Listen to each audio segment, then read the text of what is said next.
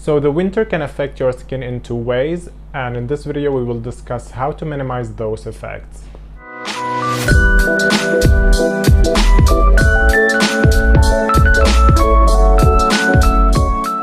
I'm just here waiting for my neighbor to stop with the sounds and construction noises.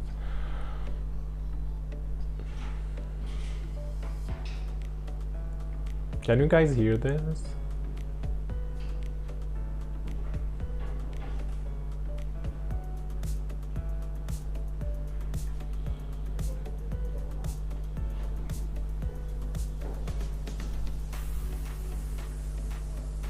Hey everyone, welcome back to my channel. If you're new here, my name is Mo. I'm a pharmacist. I'm currently majoring in safety assessment and toxicology. In this channel, we love to talk about skincare and the science behind it and the ingredients. We don't have big yes or no's. We are here just together helping each other to pick the perfect product for us to help us achieve a healthier looking skin. So in today's video, we will talk about the ways we can help our skin adjust better with the stressor that comes with winter. So winter is here, winter is coming, and with winter there is a lot of changes that can affect our skin heavily, to be honest. So I did the research. I looked through a few papers on the effect of winter on the skin, the cold temperature, the low humidity, and we will discuss this right now. So we all can agree that winter is here, summer is over, we can put it behind our back, and with the winter is coming very soon around the corner. Changes in the environment and the weather can have a very let's say not a negative effect, but it can affect our skin in multiple ways. We will discuss right now is that one, the low humidity, and second is the low temperature. So first of all, we will talk about the low humidity and how it affects our skin. So in one study, of course I will put the screenshot of the studies and the links down below, so if you have a deeper read, is that when we have usual winter weather, there is low humidity in the air, and this low humidity can affect the skin in a very interesting way. They noticed that in this paper that when we expose the skin to a low humid environment, the skin responds by the following. They increase the epidermal DNA synthesis, which means the cells are more actively multiplying to compensate on the low humidity. So what is happening? So the researchers in their discussion part of the paper put on few theories why this is happening.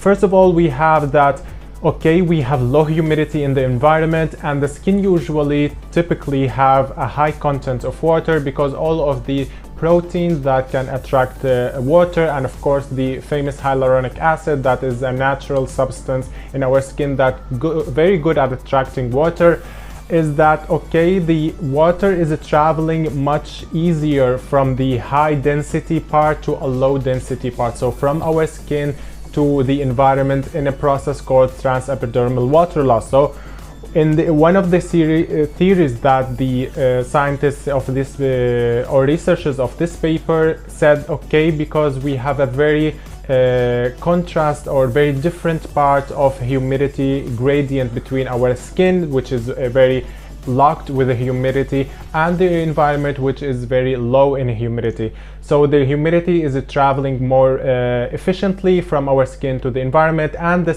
skin can sense that in a way and try to tone that by increasing the thickness of the epidermal part of our skin and trying to make the transepidermal water loss less efficient so our skin can hold to more water. And in the second paper that I want to discuss is that the effect of low temperature mainly and low humidity on the skin is that it has a dysfunctioning effect on the skin barrier. So a dysfunctioning effect on skin barrier can lead the same as the conclusion of the first paper, that we have an increased transepidermal water loss, and the temperature and low humidity can in a way make the barrier more weak and does not function as efficiently as it's supposed to be, and this will lead also to the skin becoming more sensitive to mechanical stress. And that was one of the statements that the paper said, that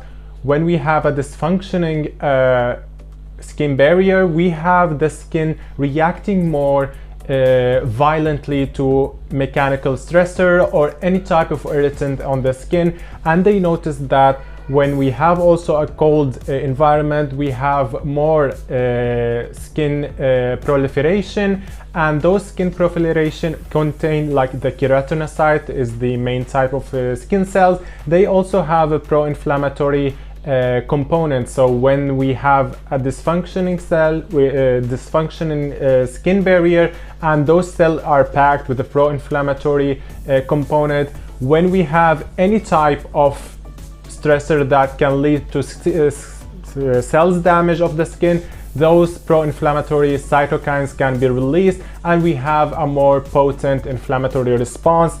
And they notice also an increased number of mast cells, and those mast cells in the skin has low stability, so they can release histamine and pro-inflammatory cytokine super fast as well. So in short, the low humidity plus the low temperature can have a very kind of a detrimental effect on our skin. That's why we notice the people that already have a weakened skin barrier, like the people who has the situation of eczema or dry skin or atopic dermatitis or any kind of chronic skin disease, they will suffer unfortunately much more in the winter, and they hate this season for this specific reason.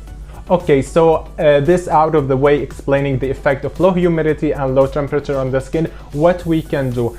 So the issue with this, I have 3 tips that can help your skin adjust better when it comes to this kind of a stressor in the winter season. So first of all, I will talk about the cleansers. I made a short about cleansers and why we should have 2 cleansers instead of 1. I'm not talking about the double cleanse method. Some people love it, some people can live without it, it's not necessary, but I'm talking about 2 types of cleansers. So you can switch whenever you feel your skin needs a gentler form, or your skin is dealing with some blemishes, you need a stronger ingredient packed cleanser when you have blemishes. So I have 2 types of cleansers. One is the CeraVe foaming lotion. It's very minimal, it's very kind of a mild, no active other than niacinamide. And I have the other packed with salicylic acid, La Roche-Posay purifying gel cleanser, and I switch whenever I feel my skin need that the most. This will give you a more diversity to deal with your skin with a more dynamic way. It can help your skin adjust better. So in the winter, try to move to gentler cleanser, less heavy on the active ingredient that can irritate the skin, like the acids, like salicylic acid or AHAs or PHAs. And look for a cleanser just to do its job, without active, without fragrance if you want, if you have problem with it. So this is the first tip that can help a lot, because the cleansing considered by some the most damaging part of the skincare routine, and can have a very negative effect on people who already have a weakened skin barrier, or the people who are dealing with extra stressor like the winter season. Another tip related to cleanser is that use very lukewarm water. Don't use hot water, because it can disrupt your skin barrier who is already dealing with the winter stressor. So use lukewarm water instead of cold or hot water. I know the temptation of using hot water during the cold months of winter, but please use just lukewarm water, and reduce the amount of cleansing to maybe 30 seconds. That would be enough. In the winter, most people does not produce as much oil as compared to the summer, so extra scrubbing or extra time doing the cleansing will not be very beneficial for your skin barrier. For my second tip, when it comes to treatment and using active, I would suggest that if you are using some prescription drugs under the supervision of a medical doctor or dermatologist, please follow their order and keep using your prescription medication for your skin. Other than that, I would advise you to go easy on the active ingredients that are considered potent, like AHAs, salicylic acid, PHAs, and other type of ingredients like retinoid, vitamin C, and hydroquinone, or any type of ingredients that is known for having a higher chance to cause irritation or disrupt your skin barrier. Go for the active that are considered milder when it comes to side effects, like niacinamide, licorice root extract, peptide, and those kind of ingredients that have low tendencies to cause any irritation or skin barrier disruption. My third and last advice when it comes to adjusting your skincare routine to help you and your skin to maintain a better skin barrier when it comes to winter season is that go for the heavy moisturizer when it comes to your moisturizing step. And I usually use the La Roche-Posay Cicaplast Palm B5 with panthenol, and I will make a video, as I promised you guys. The next video will be the analysis of that product in detail. I use it in the winter time, like religiously, and it helped my skin a lot when I have the very irritated dry patches on my skin. And use those kind of products that are heavy, more like a balm, more like a cream compared to a lotion. Of course, if you have very oily skin or acne prone skin, try to increase your number of using the moisturizer, and don't change the type if it will make you maybe break out more. Stay with your preferred type of moisturizing step, but try to increase it, because like I said in the beginning of the video, the transepidermal water loss process in the winter will be more efficient, and your skin will try their best to help you make that process less efficient. So helping your skin with the moisturizer more often, like use it 2 to 3 to 4 times a day in the winter, help your skin function better and make your skin barrier able to reduce the efficiency of this process. Okay, when it comes also to moisturizer, switch to kind of moisturizer that are rich with ceramides, lipids, cholesterol, Centella asiatica, allantoin, panthenol. Those kind of ingredients are very soothing and very skin barrier repairing for your skin, and can help your skin barrier function better and reduce the transepidermal water loss. And also, if you are already